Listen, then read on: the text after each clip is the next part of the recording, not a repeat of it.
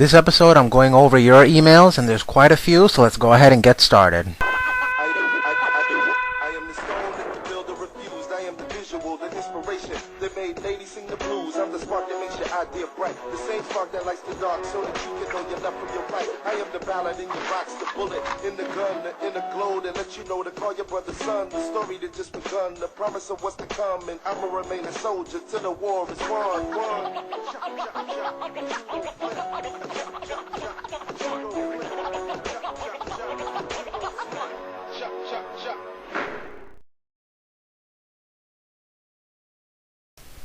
The first question comes from Venom1221, and he asks, what era did you start to play the game, and what deck did you use?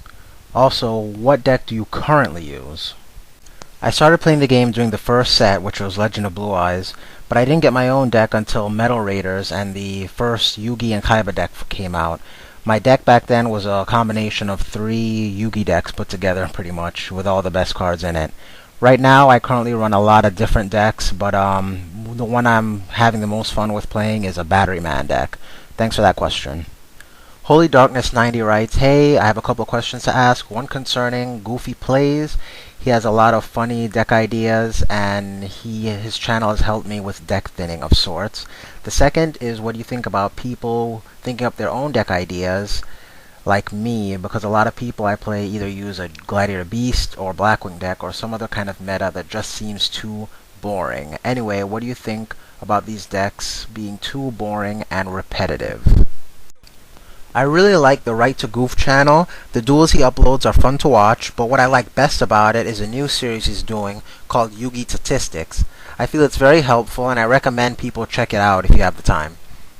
Also, as far as people using meta decks, the problem really lies in the game itself. The cards released really pushes players to run those kind of decks because of the lack of development in any other deck type. So if you really want to be successful in a high-level event, you might as well use what wins. But if you're just playing for fun, however, I'm a huge advocate for unique deck ideas. SonicMan25 writes, hey Shinfitz, when I was a beginner, you helped me understand the rules as well as understand the nature of the game. Now I've truly developed a love for the game and have been deemed best in the school by many of my fellow duelists. I would just like to thank you for the help. You're one of the best YouTubers out there. Here's my question. With the title of the best, how should I conduct myself? Should I be cocky? Should I be humble? Or should I just accept the countless challenges that arrive when people who simply just want a piece of me? Thanks again. I couldn't have gotten better without your support. To be honest, Sonic Man, being humble is always best. There's always somebody better, and you don't want egg on your face because you were cocky right before you got beat. So be humble, be friendly, and last but most certainly not least, share your information and help others improve. Valter26 writes, I'm just curious, what is the tightest spot you have ever been in Yu-Gi-Oh! That you got out of?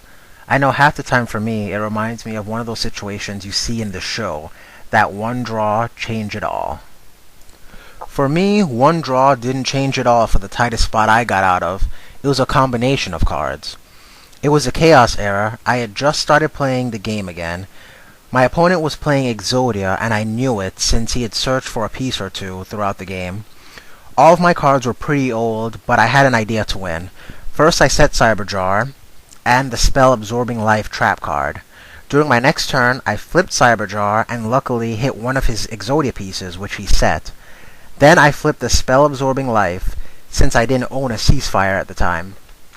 I flipped the Exodia piece face up, then I played Dark Core from my hand, removing it from play, and basically sealing the game for me since he had no other win condition. 217D3 writes, hey, what do you think about Crush Card Virus being banned as soon as it became easier to get? The funny thing is, I pulled one in a turbo pack.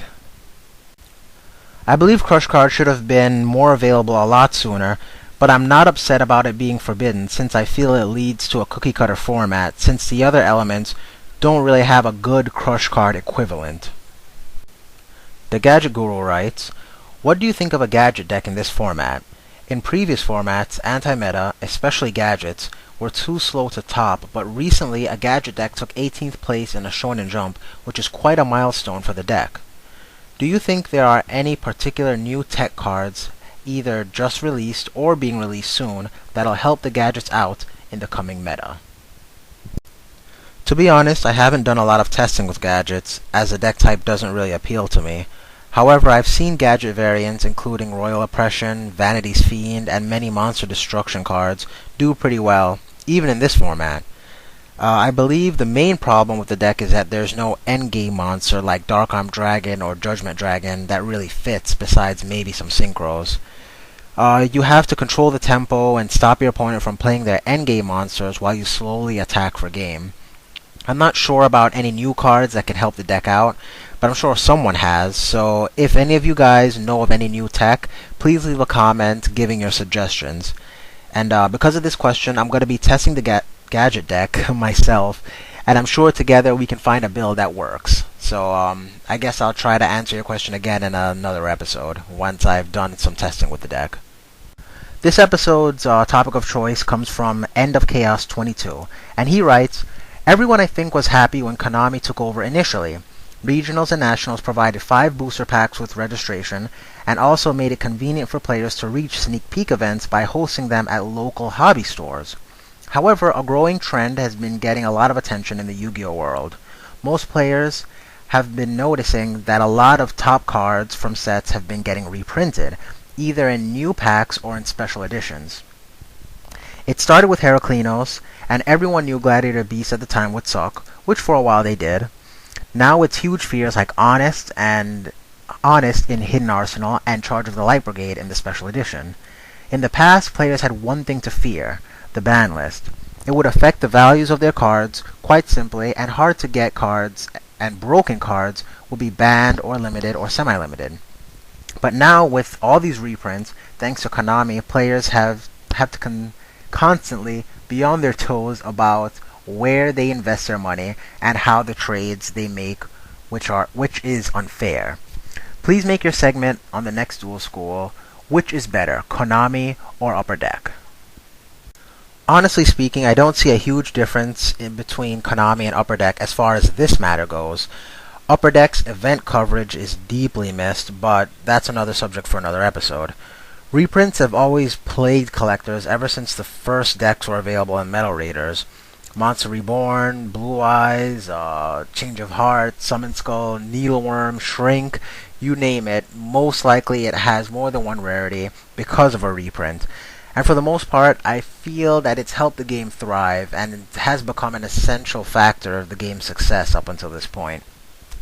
I've known many players who didn't have the means to get the top cards to stay competitive and might have quit for good had there have not been for reprint, so I feel it really does help the game.